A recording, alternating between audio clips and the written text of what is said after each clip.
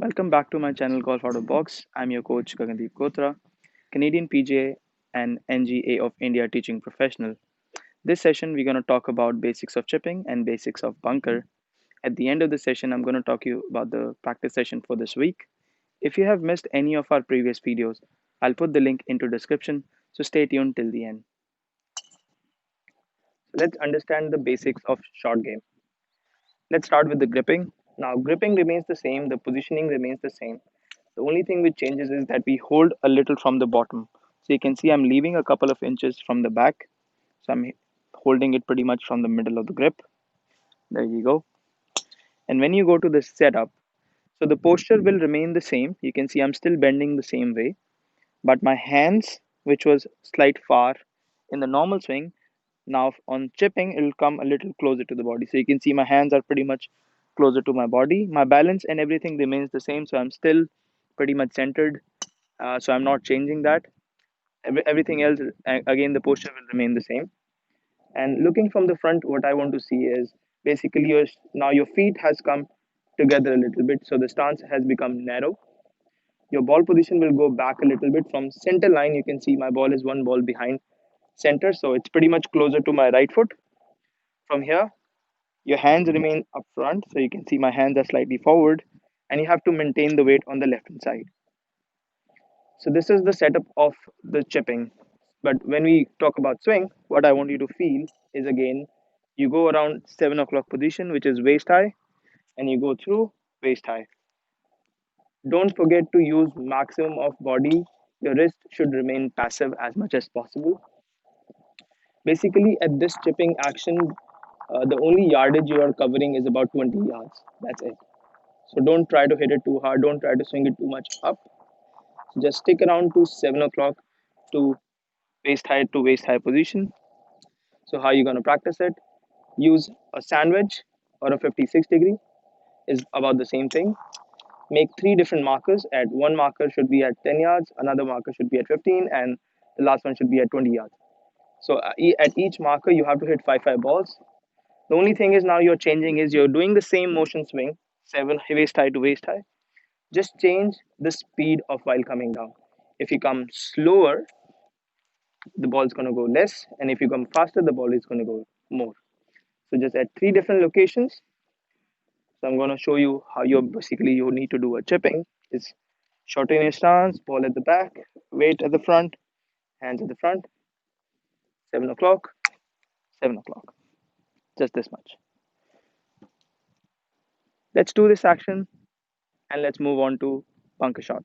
Hi, let's understand the basics of bunker. So this is basically a sand trap, and when you miss the green, and these are the sand traps to add difficulty to the golfers. So having a good sand trap play will allow you to score better. So let's understand how to play a sand trap shots. So for these, what do we want to do is basically the ball will be either lying flat in the sand trap or it will be like slightly inside the sand trap. Now understanding the basics, so the posture remains the same from this side. You can see I'm holding it about an inch shorter to the club. There you go. And rest everything remains the same. The only rule changes over here is when we address the club, we don't touch the sand. We have to keep it slightly above the sand. So when you look at up front, so you can see my stance has gone wider. My ball position from center has moved to a little forward.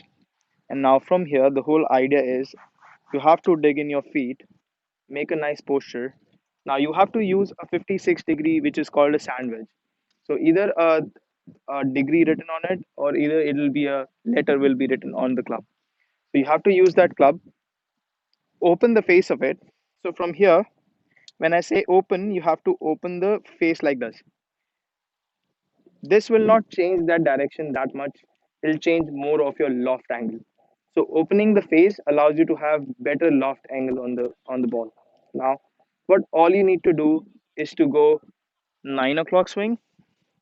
You have to hit behind the ball, drag the sand. So you have to hit behind. You have to drag the sand and you have to go up. So so what you need to do is in the beginning, I want you to make a mark about one ball behind the ball and about one ball ahead of the ball. So you have to take the sand out of the sand trap to the green. So how are you going to do it? So remember, you have to do a 9 o'clock swing to 9 o'clock, about the same thing which we did on the 9 o'clock swing. The whole purpose is now the sand is going to reduce your speed, reduce your club head speed. Now, so you have to hit it harder enough so that the ball is reaching the green. So the whole thing you have to remember that you don't have to hit the ball, you have to take the sand out of the sand trap. So here you go. So ball position forward, grip the same, posture, addressing, 9 o'clock swing, hit the sand trap, and finish. So for the practice session for the week, what you need to do, hit about 30 balls in chipping, take three different markers, 10, 15, 20, hit 5 balls each and repeat once again. When you go to bunker, hit about 30 balls doing the same, taking two different markers before and after the ball, and you're trying to scoop the sand out of the sand trap. Try this both, see what happens, and if you need any help or any assistance, you can contact me directly. I would be available on my cell number and on my Gmail account. For the next session, we're going to talk about a few different ball positions and we're going to move on down to full swing, hitting woods. So stay tuned till the end and keep watching Golf Out of Box for more.